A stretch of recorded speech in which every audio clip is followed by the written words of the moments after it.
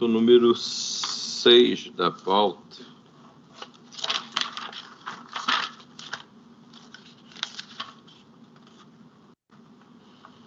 Da relatoria desembargadora Maria Aparecida Ferreira Fá. O advogado está aqui presente para sustentação oral. Sim. Então, processo número 102, 757.2019.8.11.0041. Apelante Gilmara Miranda Passos. Apelados Estado de Mato Grosso. Como julgador colegiado dessa segunda Câmara de Direito Público e Coletivo. O feito veio do plenário virtual ante o pedido de sustentação oral da parte apelante. Eu indago ao doutor advogado se ele dispensa a leitura do relatório. Sim, senhora, eu dispenso. Então, sim. Então, nesse caso, eu passo a palavra ao senhor desde logo. Tá? Pois não, muito obrigado, desembargadora relatora. Bem, em um primeiro momento, eu gostaria de saudar os desembargadores que compõem esta Câmara, assim como os serventuários que estão aqui presentes. No momento, eu não tenho mais como saudar os visitantes e os colegas advogados, porque eles já foram embora. Hoje eu venho até Vossas Excelências para recorrer de uma sentença que eu pessoalmente considero imperfeita. Eu reconheço que esse é um caso que desafia o intérprete. Ele desafia o intérprete porque ele exige que o operador de direito considere elementos morais para enfrentar a matéria. No caso em comento, a minha cliente, a senhora Gilmara, ela constituiu uma união estável com um policial militar, que era o falecido senhor Marino Soares. Ele, lamentavelmente, faleceu na iminência de se salvar com a senhora Gilmara, após um longo, público e notório relacionamento entre as partes que culminaria com um casamento. Eu recorro a Vossas Excelências porque essa sentença prolatada me parece que ela parte de uma premissa errada. Eu até a considero um pouco discriminatória, porque o juízo sentenciante reconheceu a existência de um relacionamento entre a apelante, minha cliente, e o servidor falecido. Contudo, o mesmo magistrado não atribuiu o rótulo para esse relacionamento, que é o rótulo da união estável. Durante a instrução processual, a defesa juntou diversos documentos e fotografias, assim como declarações públicas de amigos, vizinhos e parentes, que confirmam que o senhor Marino apresentava a apelante como sua companheira, como sua mulher. Bem, mas por que, se existem tantas provas no processo, o juiz sentenciante, o magistrado de primeiro grau, deu essa sentença que não reconhecia a união estável? Bem, o magistrado sentenciante justificou que esse entendimento dele se devia ao fato do senhor Marino ser casado no momento em que a união estável teria sido constituída com a apelante. Contudo, é nesse momento em que o caso passa a desafiar o intérprete. O senhor Marino, ele nunca se divorciou da sua então esposa, a falecida senhora Julina Silva Soares, por razões humanitárias. Ela tinha uma doença degenerativa e ela estava em estágio terminal. Ela tinha esclerose lateral amiotrófica.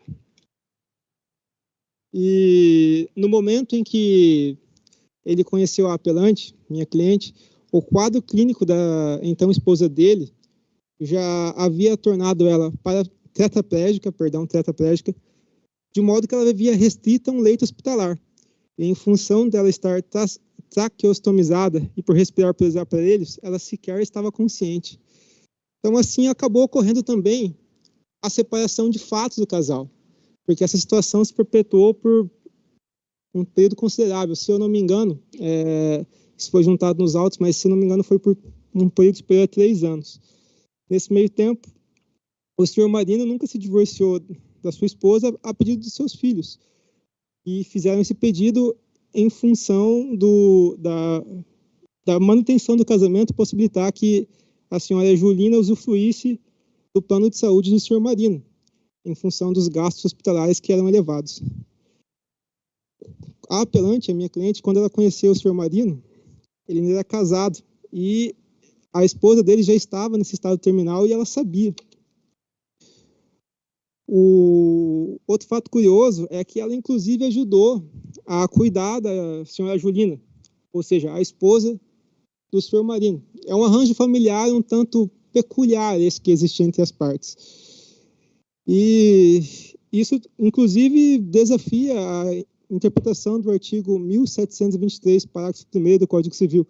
Estabelece que uma pessoa casada pode constituir uma união estável desde que ela esteja separada de fato do cônjuge.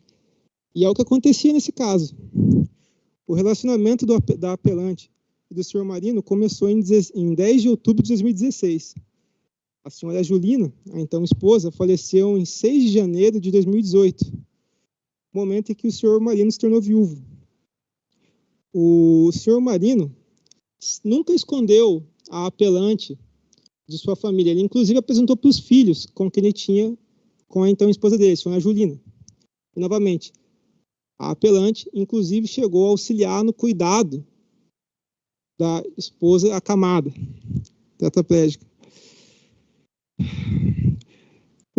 É importante ressaltar que o senhor Marino comunicou para a família dele que ele tinha intenção de se casar com a apelante em 3 de março de 2019.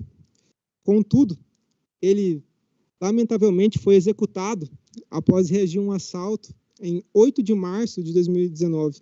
Então, não chegou a dar uma semana após esse anúncio público de que haveria um casamento. Ele reconheceria até formalmente a união estável que ele já detinha com a apelante. Ele faleceu. Ele só não casou por esse fato, porque ele foi executado, porque ele morreu. O juiz de piso, perdão, nesse momento faço ressalva ao desembargador Saboia. Eu também me acostumei a usar a prática do juiz de piso e do juiz superior. Contudo, para o magistrado sentenciante, não havia uma união estável com o senhor Marino. Porém, existia um relacionamento. Isso cria um paradoxo, porque o mesmo juiz que decide que não existe uma união estável é o juiz que, na sentença, reconhece a existência de um relacionamento. Ele só não atribui o rótulo, a união estável. E os fundamentos jurídicos e a própria jurisprudência que ele usa para fundamentar a sua decisão são fundamentos e jurisprudências que, inclusive, são utilizadas para reconhecer uniões estáveis pós-mortem em casos análogos a esse. Então, ficou um pouco curioso. Eu gosto de pensar que o juiz ele cometeu um equívoco, talvez pelo grande volume de processos, né? Às vezes acontece.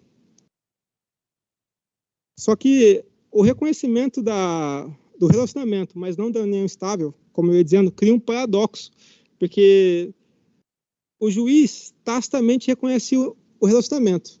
E o relacionamento, comprovadamente nos autos, ele tinha o escopo de formar uma união longa, contínua, duradoura, e ele também tinha o objetivo de formar uma família com ela, o que acaba também preenchendo os requisitos para se constituir uma união estável.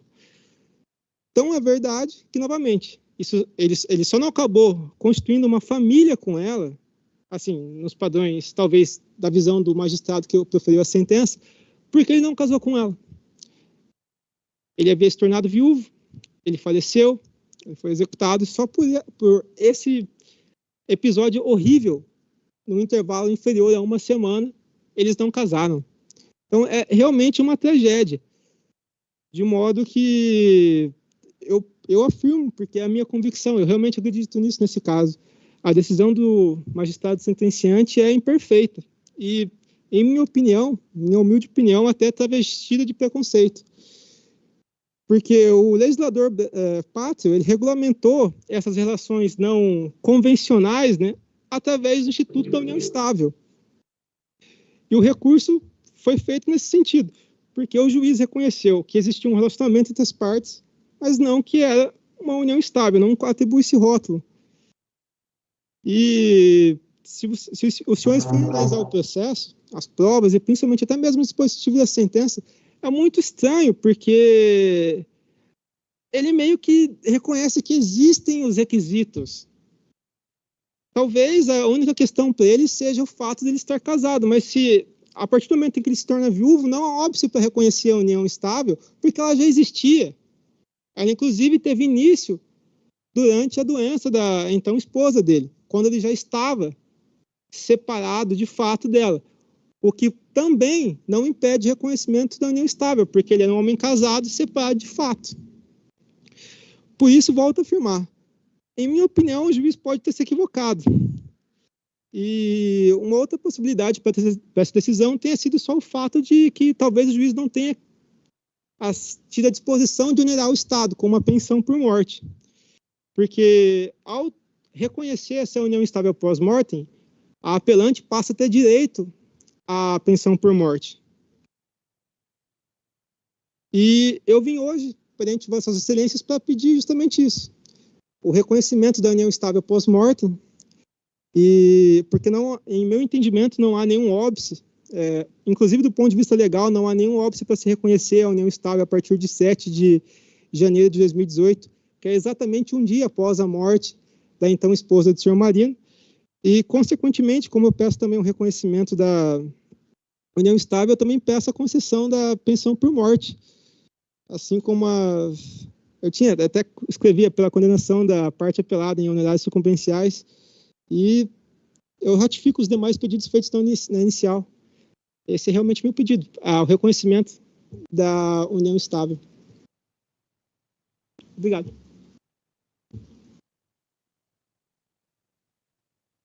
Sou eu?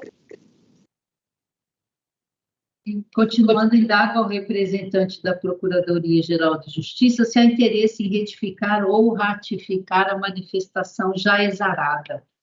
E eu ratifico o parecer escrito, senhor presidente. Não Obrigada. interesse. Obrigada. Eu vou passar a leitura rapidamente aqui do voto, né? Trata-se de recurso de apelação interposto por Gilmara Miranda Passos contra a sentença proferida pelo excelentíssimo juiz de direito, Dr. Márcio Aparecido Guedes, nos autos número 102-7507-46-2019, em trâmite na segunda vara especializada da Fazenda Pública da comarca de Cuiabá. Julgou improcedentes os pedidos iniciais. Do exame do processado, constata-se que o cerne recursal cinge-se ao preenchimento dos requisitos legais para a concessão da pensão por morte.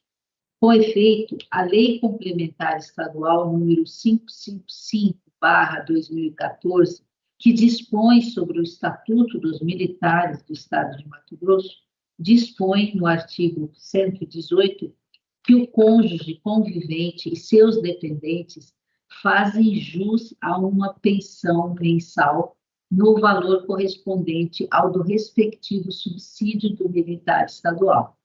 Por conseguinte, o artigo 120 da referida lei estabelece quem são os beneficiários da pensão por morte. No pressuposto fático, no que se refere à união estável, a parte apelante sustenta que a sua convivência com o servidor militar falecido, com o intuito de constituir família, iniciou-se na data de 1º de outubro de 2016, época em que este se encontrava separado de fato, circunstância que se enquadra na exceção prevista no artigo 1723, parágrafo 1º do CPC. Todavia, como bem salientou o magistrado singular, a parte apelante não comprovou a separação de fato, ônus que lhe incumbia, não bastando a mera alegação de tal situação. Nesse contexto, frisa-se que o fato de a senhora Julina Silva Santos encontrar-se, à época, acometida por doença grave, por si só não extingue o casamento com o servidor falecido, mormente quanto este obteve licença para acompanhamento de cônjuge, concedida pela PMMT, exatamente em razão do quadro de saúde da sua então esposa. De outra parte, das informações constantes do processado, verifica-se que a senhora Julina Silva Santos veio a óbito na data de 6 de janeiro de 2018, a partir de quando, então, deixou de existir impedimentos para o reconhecimento da união estável. Nessa conjuntura, a parte apelante colacionou declarações de terceiros que reconheciam a união estável, comprovante de compra de alianças do ano de 2017, fotografias de eventos familiares, contrato de aluguel, comprovante de residência comum, entre outros elementos que trazem fortes evidências acerca da convivência pública contínua e com intuito duradouro, estabelecida com o objetivo de constituição de família. A respeito da dependência econômica, é desnecessária a exaustão de provas quanto à sua existência, porquanto a jurisprudência do Superior Tribunal de Justiça é no sentido de que a dependência econômica entre cônjuges e companheiros é presumida. No que tange aos efeitos financeiros do benefício concedido, quer pontuar que a Lei Complementar Estadual número 555/2014 nada dispõe a respeito, estabelecendo apenas que pode ser requerido a qualquer tempo, respeitada a prescrição quinquenal, sendo, portanto, omissa acerca do marco inicial da pensão por morte. Nesse ponto, conforme disciplina a Lei de Introdução às Normas do Direito Brasileiro, Decreto-Lei número 4.657/42, quando a lei for omissa, o magistrado decidirá o caso de acordo com a analogia, os costumes e os princípios gerais do direito, atendendo aos fins sociais da lei e às exigências do bem comum. Desse modo, diante da ausência de previsão do Estatuto dos Militares do Estado de Mato Grosso, incide ao caso a aplicação analógica da Lei Complementar Estadual número 04/90, que dispõe sobre o Estatuto dos Servidores Públicos da Administração Direta, das autarquias e das fundações públicas estaduais. De acordo com o artigo 247 da referida Lei Complementar, com a redação dada pela Lei Complementar Estadual número 524/2014, a pensão por morte será devida a contar da data do óbito, quando requerida até 30 dias depois do requerimento administrativo, quando requerido após referido prazo e da decisão judicial na hipótese de morte presumida. No caso dos autos, a parte apelante informa que se dirigiu até a SAD e ao MT-Prev, porém não foi autorizado que efetuasse o requerimento do benefício na via administrativa. Assim, nos termos do artigo 247, inciso 2, da Lei Complementar Estadual 04/1990, o direito ao benefício da pensão por morte deve retroagir à data do requerimento judicial a partir da citação válida. No que tange à correção monetária, o Supremo Tribunal Federal, em repercussão geral, reconheceu a inconstitucionalidade do artigo 1º-F da Lei número 9.494/97, com a redação dada pela Lei número 11.960/09, acerca dos juros moratórios aplicáveis a condenações da Fazenda Pública, fixando a seguinte tese, tema número 810. Contudo, recentemente, houve alteração constitucional mudando o índice de correção monetária nos casos em que a Fazenda Pública for condenada por meio da emenda constitucional número 113/2021. Consequentemente, no momento do cumprimento do julgado, em atenção à alteração constitucional, os valores devem ser corrigidos em observância ao tema número 810 do STF e 905 do STJ, até 8 de dezembro de 2021, e a partir de 9 de dezembro de 2021, data de publicação da emenda constitucional número 113/2021, aplica-se somente a taxa Selic como fator de atualização monetária e juros de mora. A respeito da verba honorária, o artigo 85, parágrafo 4º do Código de Processo Civil estabelece que, não sendo líquida a sentença, a definição do percentual a ser fixado a título de honorários advocatícios somente ocorrerá quando liquidado o julgado. Ante o exposto, conheço e dou parcial provimento ao recurso de apelação para a. Reconhecer a união estável havida entre a senhora Gilmara Miranda Passos e o senhor Marino Soares, exclusivamente para fins previdenciários, no período compreendido entre 7 de janeiro de 2018 a 8 de março de 2019. B. Conceder a pensão por morte à parte apelante, nos termos do artigo 118 da Lei Complementar Estadual, número 555/2014, devida a partir da citação válida consoante disposto no artigo 247, inciso 2 da Lei Complementar Estadual, número 04/90. C. Estabelecer que sejam observados, no cumprimento do julgado, os temas número 810 do STF e 905 do STJ, quanto aos juros de mora e correção monetária até 8 de dezembro de 2021 e, a partir de 9 de dezembro de 2021, a aplicação da taxa Selic como fator de atualização monetária e juros de mora, nos termos da Emenda Constitucional número 113/2021. B. Fixar que os honorários advocatícios serão arbitrados após a liquidação do julgado, nos termos do artigo 85, parágrafo 4º, inciso 2 do CPC. É como voto. Passo a palavra aos vogais. Primeiro vogal, desembargador Luiz Otávio. Eu acompanho Vossa Excelência na íntegra. Desembargador Mário Dono, também. Então, por fim, proclamo o resultado do julgado. A unanimidade conheceu e deu parcial provimento ao presente recurso de apelação nos termos do voto da relatora. Muito obrigado, Excelências. Tenham uma boa tarde. Boa tarde, quase boa noite já, não é? Pois é, quase boa noite. Tá certo. Obrigado. Tchau, tchau.